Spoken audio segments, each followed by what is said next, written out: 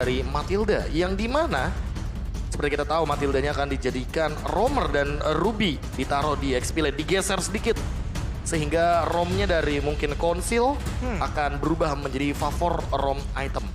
Sehingga di sini untuk sisi powernya dari Rebellion Zion minim banget.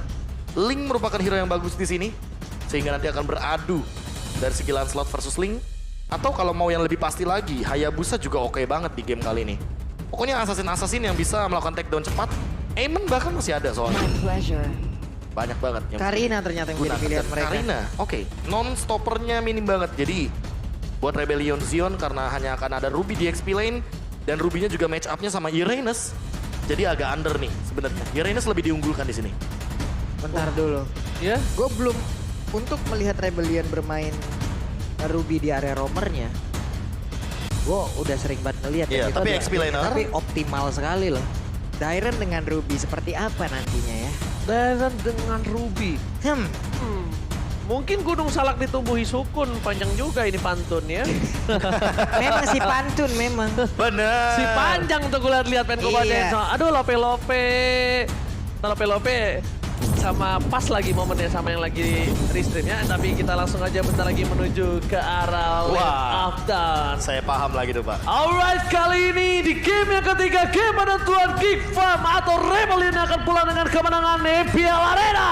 Kita tepuk tangannya. Wih. Game ketiga sudah berlaga di match yang pertama ini. Yes, dan seperti biasa Fearless dengan Lancelotnya berarti lebih berani untuk melakukan sebuah agresivitas di awal game. Apalagi ketika kita ngomongin soal lawannya Janna Cute yang akan menggunakan Karina. Ini Karinanya ya bener-bener bisa banyak opsi. Dia bisa membawa kepada Karina tank juga. Apalagi kalau ngomongin soal durability kita tahu Karina ini power banget loh. Untuk bisa langsung melakukan slicing damage ke arah seorang Brody. Sehingga Brody-nya bakal bisa terpicu untuk turn up memori. Di awal game tentunya Geek Farm bisa lebih mengungguli apapun dari segi objektifnya juga. Wow, tapi nampaknya kali ini para pemain dari Geek Farm agresivitas di arah mid lane benar-benar berbahaya dan bahkan Janna Kitty kali ini dia akan bermain dengan agresif Wah, juga. crossing Kalau tuh dari dia. segi jungler sih sekarang sih harusnya dimenangkan Janna Kitty ya. Masalahnya apa? Akun jungle udah bakal retribution ya. Wah. Seperti yang sudah gue bilang, tidak ada puncher lagi dan bahkan Fearless terkena first blood. Gak ada puncher kalau bisa Invasi jungle invasi jungle retribution power. Benar. Dan bahkan ini dengan metode tanknya. dan ini ditambah ya dengan bagaimana early game yang udah sangat agresif Janna Cute. Dia masih meninggalkan beberapa Kramer di arah bagian top lane. Jadi di area jungle lain ini Janna Cute masih punya power tambahan. Namun harus menerima kenyataan bahwa gaking yang Buset, terjadi sakit banget loh. bahkan sampai flicker. Oke, bahkan sampai flicker lihat langsung ada stiker M1 telah dikumandangkan oleh tim dari Rebellion Heist di sana. Tapi nampaknya informasi telah diberikan. Satu hal yang cukup berbahaya, ini lihat Indonesia. Full. Casternya memiliki arah Geek Farm dan dari tim caster English menuju Rebellion 2 dan satu-satunya untuk Geek Farm terhadap Johnny. Goni. Yes, menuju ke arah objektif harusnya dimiliki tim dari Rebellion. Kenapa? Karena tabrak aja lah. Iya, karena tabrak aja lah. Pas Betul. banget. Dengan stiker dan bahkan informasi telah diberikan.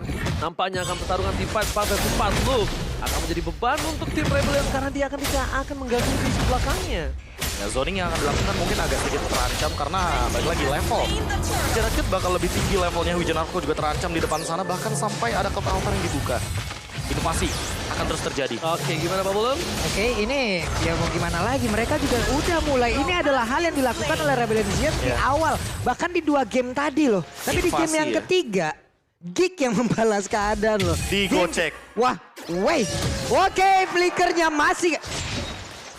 Ya, itulah yang terjadi dan gua pun terdiam tanpa kata. Hey, nggak lihat. what are you doing bro? Enggak, gue nggak lihat. Nggak lihat. Oke. Lu gak lihat? Nggak lihat. Mau saya jelaskan? Jangan. Nah, oke. Mari kita bakal lihat lagi menuju invasi ke arah jungle nampaknya. Para pemain dari tim Geek Farm. Dibalesin Mereka- loh. Yes. 2 game yang tadi dibalesin di game yang ketiga ini nih. Ya kalau kita ngomong soal invasi jungle seperti biasa Karina punya keuntungan di awal game Yap. sehingga dengan 3 kali hit aja itu memberikan true damage yang sangat amat tinggi. Apalagi dengan damage to monster, apalagi dengan cooldown retribution. Iya itu dia aku bilang power retribution tapi ini ada Buset. masalahnya Profesor di Apa mana Fearless ini di early game-nya aja dia udah tersendat dan bahkan dia hero early game dan Retribution kali ini nampaknya ada di tangan Jana Kitty lagi. Wah. Lihat di sisi sebaliknya wall charge telah digunakan dan bahkan Wijanarko membawa Zelda tergocek begitu saja. Menunggu momentum dan Jana Kitty memilih untuk mundur ketimbang untuk greedy mendapatkan poin tambahan dan bahkan Luke bakal coba untuk sedikit memberikan distraction setidaknya membuat Jana Kitty bisa balik lagi farming. Karena dia untuk mau segi team fight, mau baku hantam lagi, udah deh. Gak bakal bisa kesempatannya karena apa? Power spike dari Faramis ketika semakin banyak hero musuh loh. Dan itu yang menjadi keuntungan untuk dia. Iya loh, ini orange buff ditukar sama 2 player loh bro. Makanya ini sebenarnya mau gak mau akan ada korban dari Gifam. Namun Luke Luke juga akan tahu sih. terancam. Ini ketarik lagi tapi Luke-nya masih bisa bertahan loh. Dikejar ke depan dan masih ada sedikit regen SP yang dia miliki. Purple buff-nya gagal lagi didapatkan. Thunders dikeluarkan pula. Coba lihat Jana Kitty sendirian di bagian depan walaupun ada kelihatan di dalam tubuh dari pemain Rebel Legends. Tapi mereka tidak takut sama sekali diserang terus-terusan dan Black Shoes. Beda 3 level as a jungler ini benar-benar tukang somai kecebur gold. Oh my god. Iya, apalagi kalau kita ngomongin soal early game di 5 menit awal, Lancelot yang seharusnya memegang kendali bagaimana permainan ini di area jungle. Yang kita tahu sendiri bahwa power dari Lancelot ada di early game, namun early game-nya dimatikan. Early game-nya di shutdown sehingga benar-benar tidak terjadi damage yang tinggi dari Fearless. Nah loh. Malah Jana Cute yang lebih mengungguli dari segi retribution power dan juga damage-nya. No, lihat Wijanarko terkurung sendirian di belakang nih, bariernya bagus banget. Sementara itu di area berbeda, para kita belum jadi korban. Hanya saja Wijanarko masih selamat untuk bisa pergi dari area tersebut. Pinter banget ya kan dari seorang Baloski. Tapi di depan sana Street telah digunakan. Ais. Dan Black Juice kali ini hanya memancing keributan. Langsung ada coverisasi terhadap seorang Hais yang membuat Wijanarko nggak berhasil diinvasi lebih dalam lagi. Dan lihat semua jungle, bahkan Fearless mencari di mana hutanku, hutan gundul. Tidak terlindungi oleh para pemain dari tim Rebel Legends. Ini benar-benar di luar batas wajar, Profesor. Iya, apalagi kalau misalkan kita melihat dari itemnya, ini gold leadingnya juga timpang banget. 3.400 berbanding dengan 2.100, 2.200 bahkan. Kembalian bro, kalau Ini bener-bener jauh banget dan bahkan dia langsung mau bikin karena Guardian Helmet. Ditabrak loh, itu untung ada ke altarnya, tapi wild charge-nya tadi connect banget. Hanya saja sekarang Wijanarko kembali terkurung dan mereka memulai invasi lagi di area Purple Buff. masalahnya ketika mereka udah crowd altar di arah Little Wonder, Purple Iya, Buff-nya udah Ya tinggal udah. apa? Innalillahi. Dan udah dipasrahkan saja, udah nggak bakal bisa di-fight kembali. Tapi lihat early game dari Gifam ini cukup baik dan bahkan kalau kita bisa anggap apakah ini menjadi salah satu permainan yang cukup bisa dimanfaatkan Gifam sampai to the late game karena masih ada Hais loh sebagai power dari tulang punggung Rebel Legends apa belum? Yap. Nih, Dairon pun sudah melihat lagi ada beberapa player tepat di depannya. Tapi Yurena sangat tidak peduli dengan apapun. Yang penting dia selalu melakukan dua cutting. Hanya saja kali ini berhasil men-trigger 4 orang sekaligus. Ada 4 pawai parade di belakangnya. Ditarik Gondra Walking. Bisakah Luke bertahan kali ini? Tidak. 5 total. Itu bener-bener definisi ditarik terus. Tapi di tengahnya nampaknya para pemain dari tim Rebel Legends masih tidak bisa memperhatikan di mana celah yang cukup besar terbuka kembali untuk jungle-nya. Jarak Sovereign, jarak Cutie versus everybody harus jadi utama dan dapat memori. Nggak bisa membuat Gifam melupakan ingatan mereka. Dan bahkan para pemain dari tim Rebel Legends tanpa adanya Hais gak punya power. Gak punya power dengan spike damage per second-nya, Profesor. Iya, masalah utamanya Haze-nya juga langsung mengambil sebuah inisiatif pergerakan yang harus mundur mau tidak mau dari Rebellion Zion. Karena mereka tidak memiliki damage lagi. Penetration-nya hanya ada dari Haze. Ditambah dengan kita tahu item pertamanya dari Heptasis. Itu udah ngebuka bagaimana permainan dari Rebellion Zion yang harus mengandalkan Haze. 5-man fight di early game. Rebellion Zion mungkin bisa maksimalkan power mereka. Sehingga Gifam malah tidak boleh loh untuk berhadapan 5 lawan 5 di awal game seperti ini. Karena memang sebenarnya Haze-nya lagi dikasih makan nih sama Wijanarko. Wah, gerak Wijanarko cuy. Bener-bener ini tarik piring yang dilakukan oleh seorang Luke. Membuat Wijanarko terlena dan bakal ditumbang ke depan sana. Dan Jana Cutie again strike menuju ke arah Fearless. Wow. Jungle-nya bakal diinvasi. Petra berhasil ke arah belakang dan Jana Cutie again. Membuat pemain tim Rebel Legends kehilangan purple buff-nya. Invasi one-sided di menit yang ke-7. Ini benar-benar permainan yang berbeda dibandingkan Gifam sebelumnya, Profesor. Ini lepas nih. different banget ini. Ini Gifam yang mungkin udah berevolusi dari segi permainan agresivitasnya. Iya, kita tahu karakter Gifam early game 5 menit awal dia mengungguli banget. Dan itu cepat menjadi sebuah keuntungan atau kerap kali terjadi ketika kita ngomongin soal Geek Farm. Namun tiba-tiba ini evolusi yang berbeda loh. Invasi jungle-nya udah terjadi dari menit yang kedua. Sehingga dari menit yang ketiga aja tadi udah kita lihat level 8 Jana Cute-nya. Dia juga tiba-tiba udah unggul 3 level di atas seorang Fearless. Fearless-nya tertinggal jauh bahkan sekarang 4 level.